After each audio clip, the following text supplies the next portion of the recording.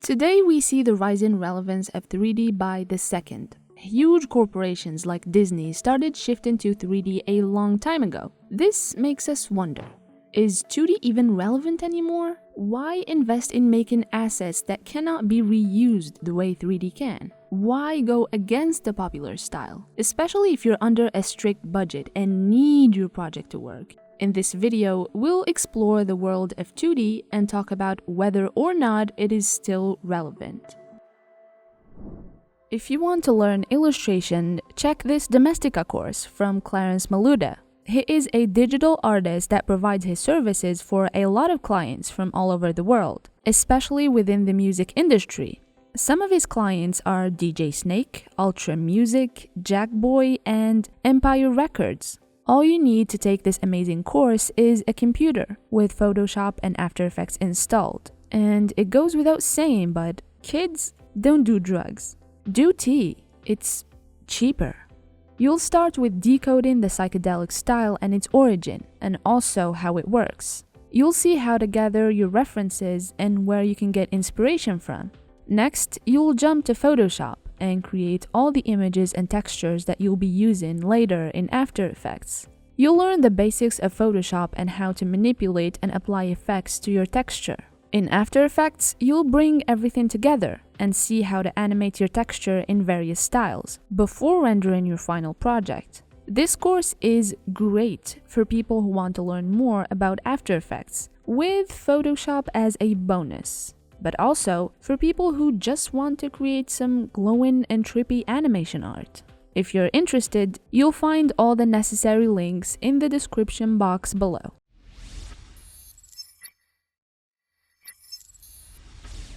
If we look at 3D and 3D art, we find that they have been here since, well, forever. Ever since the dawn of time, humans created art on 2D surfaces, such as walls or on stones, to draw things and express themselves and their surroundings. This has not changed much, has it? You find people still use this method, whether they're children drawing their little houses and mommy and daddy, or even the greatest artists of our time, such as John Sargent, Andrew Loomis, and so many others. Or if you want to be recent, we have Sarah Tepes, Stanley Lau, and so many more. 3D as an art form wasn't so different. You can find your Mesolithic and Neolithic sculptures or the wonders of Michelangelo. And now we even have 3D printers, which, by the way, that is so cool. I'll never get over how cool 3D printers are. Like, are you kidding me? I can print a thing?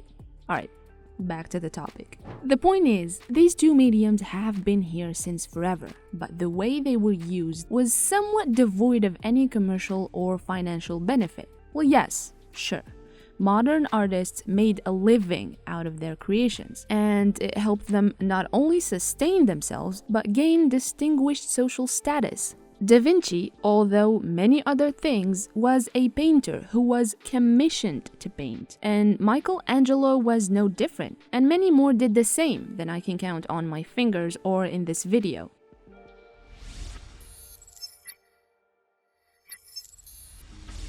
The difference today is how art's commodification has become practiced on a much wider scale than ever before. Thanks to the television and internet, and honestly, technology in general, the usage of art has become present in almost everything. We find 2D and even 3D animations for children and adults, advertising and marketing, paintings, drawings commissioned for all kinds of things, from something for professional purposes, such as concept art, to personal art for people who want their OCs to come to life, or even video games. Prints, stickers, figurines of your favorite character from that one anime in a cool pose, or even a 3D printed special item from your favorite game to go as decoration in your shelves and collections. You name it, 2D or 3D art or both is used in it. The catch, though, is it's all about the bottom line first and foremost, especially when we are talking big scale, like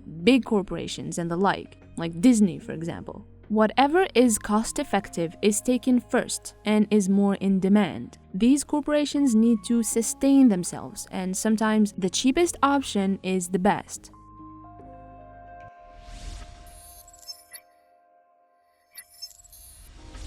With that in mind, if we take the process of making 2D animations versus something like 3D as an example to go by, things start to get sour for 2D. When created, 3D assets can endlessly be reused.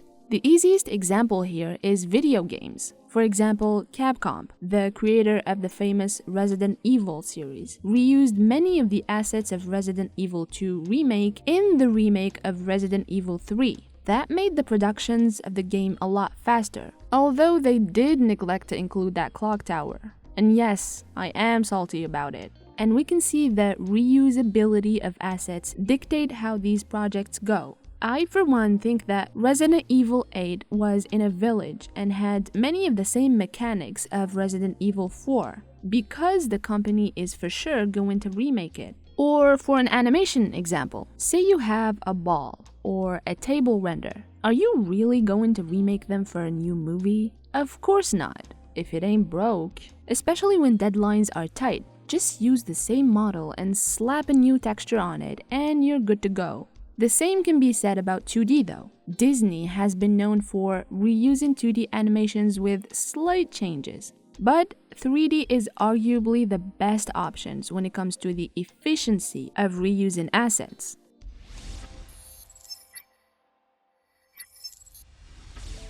Another point to be made is how animating 3D has become incredibly efficient. Thanks to new tech such as mocap or motion capture, all you have to do is create your model and get all suited up in a funky looking skin-tight jumper to have the 3D model mimic your moves and get incredibly accurate animation. And although animation has come a long way from being entirely hand-drawn to using technology like vectors, CGI, and many more things that help make animation a much easier option, 3D remains king in the cost and time efficiency department.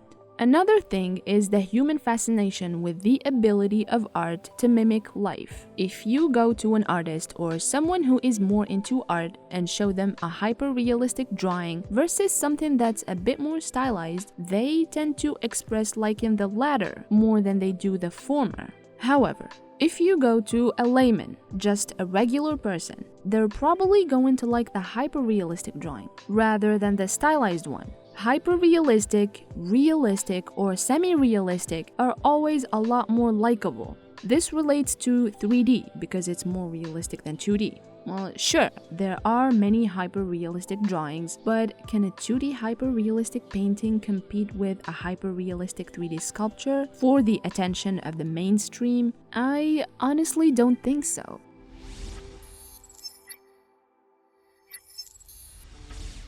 Don't be tricked into thinking this video is here to convince you that 2D is dying, because it's not. Although these can be indicators of why less and less corporations are using 2D to animate their movies, shows, and what have you, we don't think this is going to affect 2D one bit. The reason why we might feel that 2D is dying in relevance is because 3D is a lot more accessible. Do you ever see those sketchy ads for very extremely weird games made for toddlers who only play them because they've just stumbled upon them? Those can be created using pre-made free 3D assets. Or ever wonder how game developers can make very large open world games? They don't model and render every tree. All they have to do is strategically place the same tree and modify it slightly to seem different.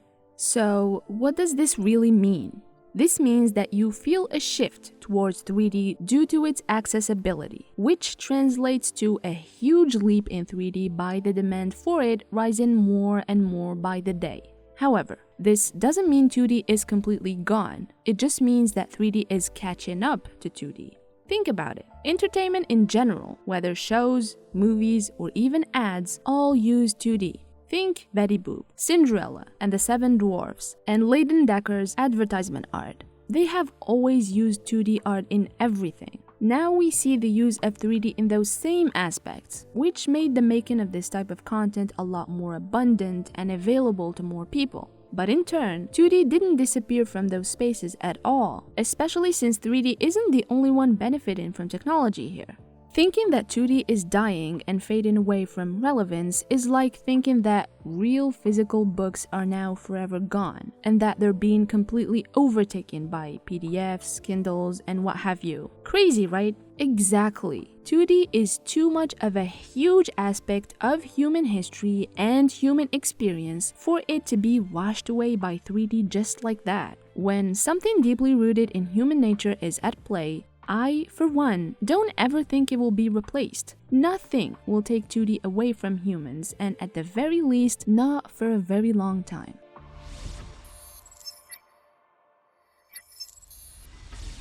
Thank you for sticking around and listening to our thoughts about the topic. Certainly, as art, and by extension 2D, is part of human nature, it's really hard to get anything that is factual or absolute, that will tell you one form of art will cease to exist or not. Well, sure, artistic trends that still happen even today are very much a thing, but they don't change the core of 2D and they don't annihilate it. Not for a long time at least. And the relevance of 3D today doesn't mean the relevance of it forever. You just never truly know about these things, especially now that technology is rapidly evolving. One simple example is how now 2D is a lot more accessible than it was 50 years ago. There could be a complete switch in trends where 2D finally becomes the most cost-effective of the two and ends up stealing the show in the end. What's most important is that 2D was, is, and will always be a staple, no matter the time or the trend, and it's here to stay. So, that's gonna be it for today. We hope you found the video useful and informative. Comment below if you think that we've missed something or if you have any other suggestions. Thank you for watching as always, and see you next time.